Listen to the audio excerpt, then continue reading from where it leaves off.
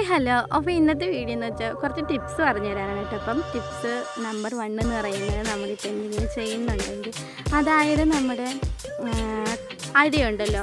Example നമ്മളിപ്പോൾ കഞ്ഞി വയ്ക്കുന്ന റേഷൻ അരി കടയിൽ നിന്ന് വാങ്ങിക്കുന്ന കഞ്ഞി വയ്ക്കുന്ന റേഷൻ അരി വാങ്ങിക്കുമ്പോൾ ആ വെള്ള അരിയില്ലേ, ആ ചില അരി നമ്മൾ ഇടുന്നതനുസരിച്ച് വേവ് കൂടുമ്പോൾ അതിലെ കൊഴുപ്പെല്ലാം കൂടി കട്ട പിടിക്കാറുണ്ട്.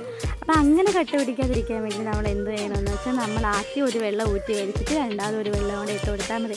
ഒരു 2 തിളപ്പൊക്കെ ആകുമ്പം ഊറ്റി ഒന്ന് വടിച്ചാൽ മതി കേട്ടോ. ആ രണ്ടാം വെള്ളം ഒഴിച്ചു കൊടുക്കുന്ന വെള്ളം ഒരു തിളപ്പാകുമ്പോൾ തന്നെ വടിച്ചെടുത്താൽ നമുക്ക് നല്ല കട്ടയില്ലാത്ത ചോറ് കിട്ടും കേട്ടോ. അപ്പോൾ ഇതെല്ലാവരും ട്രൈ ചെയ്ത് വെക്കണം. പിന്നെ രണ്ടാമത്തെ ടിപ്സ് എന്ന് പറയുന്നത്, നമ്മുടെ ബീട്രൂട്ട് അങ്ങനെയൊക്കെയുള്ള അരി എടുക്കുന്ന സമയത്ത് നമുക്ക് തേങ്ങ തിരുവുന്നത് പോലെ ചെറുകിൽ 2ആയിട്ട് മുറിച്ചിട്ട് തിരുവുന്നത് നല്ലതായിരിക്കും. അപ്പോൾ നമുക്ക് എളുപ്പത്തിന് അത് ചെയ്യാൻ പറ്റും കേട്ടോ. അപ്പം അതിൻ്റെ സ്കിന്ന് മാത്രമേ ബാലൻസ് വരത്തുള്ളൂ, ബാക്കി മൊത്തം നമുക്ക് ചെറുകി എടുക്കാൻ കേട്ടോ. അതൊരു ഈസി ടിപ്സാണ് കേട്ടോ. പിന്നെ നമ്മുടെ വാഷറില്ലേ, അത് വാഷർ ഇങ്ങനെ വലിഞ്ഞു പോകുന്നുണ്ടെന്നുണ്ടെങ്കിൽ നമ്മുടെ ഫ്രിഡ്ജിൽ വയ്ക്കുന്ന സമയത്ത് നമ്മുടെ ഫ്രീസറിൻ്റെ അകത്ത് വയ്ക്കുന്നത് നല്ലതായിരിക്കും. അതിൻ്റെ അകത്ത് വെച്ചിട്ട് 2 ദിവസം കഴിഞ്ഞിട്ട് നമുക്കത് എടുക്കാം കേട്ടോ.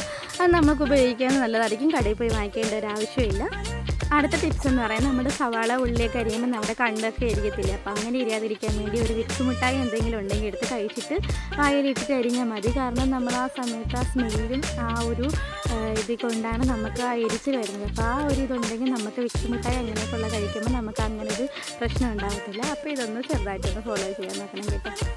അടുത്ത ടിപ്സ് എന്ന് പറഞ്ഞാൽ, നമ്മളിപ്പോൾ ചപ്പാത്തി എങ്ങനെ ഉണ്ടാക്കുന്നുണ്ടെങ്കിൽ കുറച്ചധികം ഉണ്ടാക്കിയതിന് ശേഷം നമുക്ക് എന്തെങ്കിലും നമ്മൾ അടയ്ക്കാൻ പറ്റുന്ന കവറുണ്ടല്ലോ, അങ്ങനത്തെ കവർ എടുത്തിട്ട് ആ ബാലൻസ് വന്ന ചപ്പാത്തി ഒന്ന് ഫ്രിഡ്ജിൽ സ്റ്റോർ ചെയ്ത് വെച്ചാൽ മതി കേട്ടോ. 1-2 കൂടുതൽ നമുക്ക് സ്റ്റോർ ചെയ്ത് ഉപയോഗിക്കാൻ പറ്റും കേട്ടോ. ഇപ്പോൾ തലേ ദിവസം നമുക്ക് ചപ്പാത്തി അങ്ങനെ പോലെ ചെയ്ത് വെക്കണമെങ്കിൽ പിറ്റേന്ന് എളുപ്പമായിരിക്കും. അതായത് നമ്മൾ ചപ്പാത്തി ഉണ്ടാക്കിയതിന് ശേഷം കവറിലാക്കി സ്റ്റോർ ചെയ്ത് വെച്ചിരുന്നാൽ പിറ്റേന്ന് എടുത്ത് മൂപ്പിച്ചെടുത്താൽ മതി കേട്ടോ. ഇതൊക്കെ എളുപ്പമുള്ള ടിപ്സാണ്. അപ്പോൾ ഇതൊക്കെ ഒന്ന് ചെറുതായിട്ടൊന്ന് ഫോളോ ചെയ്യണം കേട്ടോ. അപ്പോൾ എൻ്റെ ചാനൽ ആദ്യമായിട്ടാണ് കാണുന്നവരുണ്ടെങ്കിൽ ഒന്ന് സബ്സ്ക്രൈബ് ചെയ്യുക, ഷെയർ ചെയ്യുക, ലൈക്ക് ചെയ്യുക. എന്തെങ്കിലും ഉണ്ടെങ്കിൽ കമൻറ്റ്